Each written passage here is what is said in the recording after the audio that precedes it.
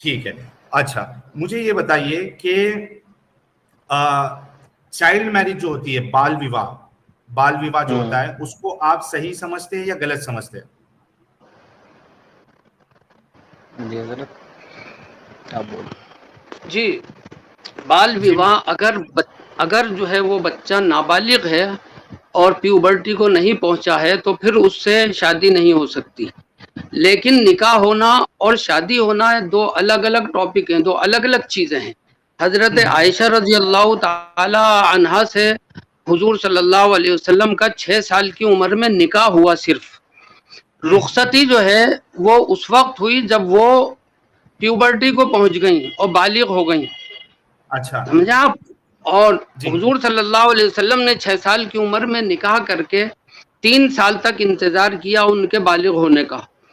जब वो बालिग हो गई और पूरी तरह गिरोथ हो गई तो फिर उनसे रुखसती हुई, रुखसती कर ली गई। जब लड़की की गिरोथ मुकम्मल हो जाती है और उसे मेंस्ट्रुएशन आने लगते हैं, मेंसेस आने लगते हैं, तो फिर उससे शादी की जा सकती है। उसमें किसी भी किस्म की कोई परेशानी नहीं है। डॉक्टर्स भी यही कहते हैं कि अगर लड़की बालिग है तो उससे शादी की जा सकती है। मैंने ऐसा कब कहा था?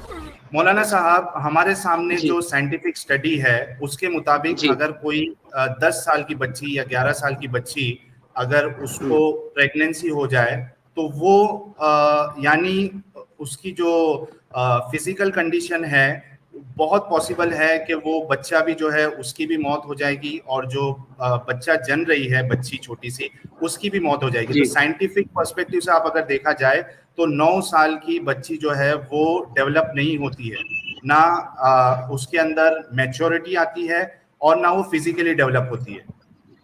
देखिए, हमारे मुल्कों में तो नहीं होती है, लेकिन जो दीगर मुल्क हैं, मैंने बताया ना आपसे, जो इक्वेटर पर वाक़े हैं वहाँ लड़कियों की ग्रोथ जल्दी होती है। वो इस काबिल हो जाती हैं कि 9 साल की उम्र में अगर प्रेगनेंसी हो जाए तो वो पूरी तरह उनकी बॉडी उसके लिए तैयार होती है।